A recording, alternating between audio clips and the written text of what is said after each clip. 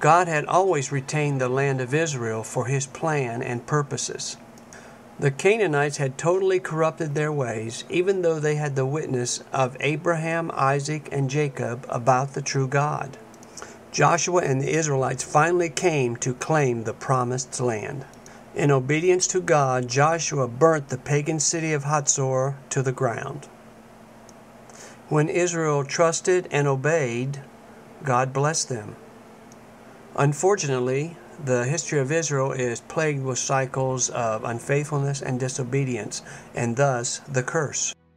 For 40 years, the Philistines troubled the people of Israel. At Beth-Shemesh, from the tribe of Dan, God raised up mighty Samson to fight for Israel. But even Samson, in his lifetime, became unfaithful by lusting after Philistine women. Once, after a great battle, the Philistines captured the Ark of God.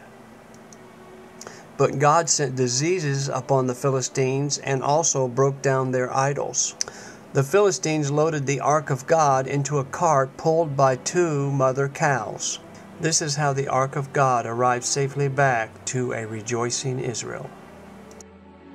But Israel continued to disobey and ignore God, and often had to live in caves to find safety from the presence of the Philistines.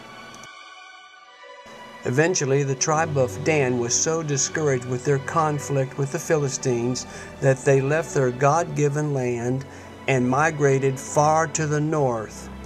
They slaughtered the inhabitants and established a new city in that area. Here is an ancient city gate that goes back to the time of Abraham.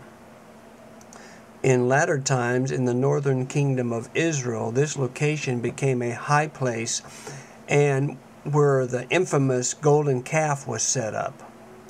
Many pagan sacrifices on this altar eventually led to the destruction of the northern kingdom of Israel.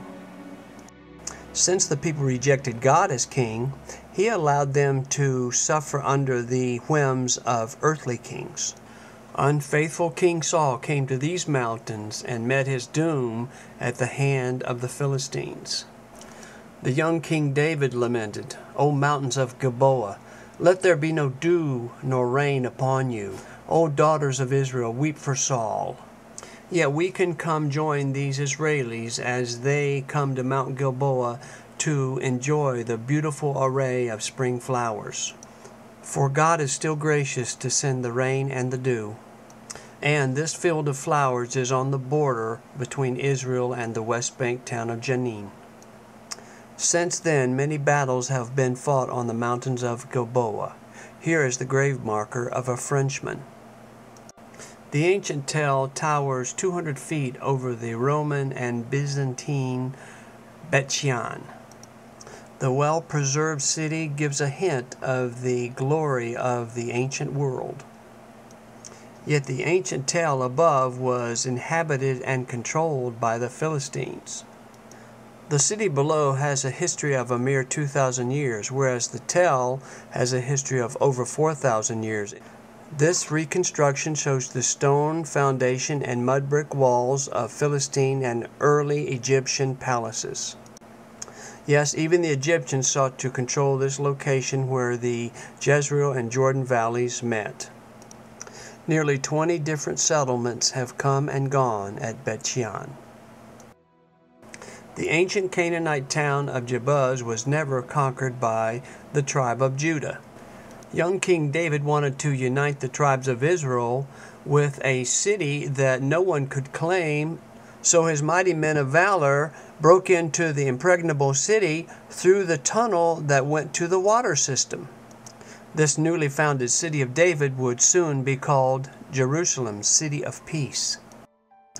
Hundreds of years later, King Hezekiah would construct a tunnel from this Gihon spring. Today, you can walk through the stream or in the rock-cut tunnel to the Pool of Siloam. This is the same pool that Jesus sent the blind man to wash off the mud from his eyes. The Pharisees rejected his testimony, but he said, "All I know is I was blind, but now I can see."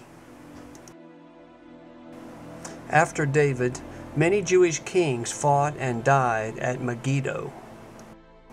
Megiddo has been inhabited by 26 different settlements, and therefore it has been recorded that over 200 battles have been fought on or near Megiddo because it has strategic importance. And many battles due to Israel's unfaithfulness were fought here. Tel Megiddo overlooks the wide Jezreel Valley.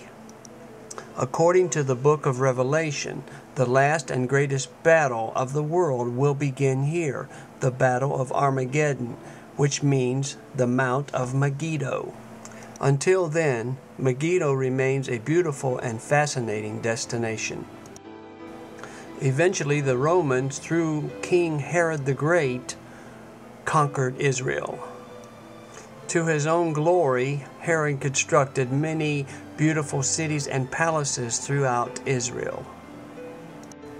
This is Caesarea by the Mediterranean Sea, and which has also been controlled by many invaders since the time of the Romans. Eventually, the Jews rebelled against the Romans, which resulted in many tragedies.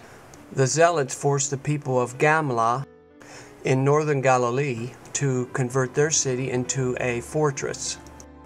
9,000 Jews from the surrounding countryside rushed into Gamla during the Roman siege. For several months, the walls of Gamla withstood the Roman attacks. 3 sides of Gamla are guarded by sheer cliff drop-offs. The Romans had artillery engines that would fire 10-pound stones way into Gamla. These caused much death and terror among the Jewish defenders. Once the Romans broke through the wall, but were soundly repulsed by the Jews. In previous times, Gamla had been like a city set on a hill. It is very possible that Jesus himself walked and taught in this first-century synagogue. He probably warned them that rejection of God's way would result in much sorrow. But once the rebellion started, there was no turning back. The Zealots trusted in their own fighting prowess and a strong tower of their own making.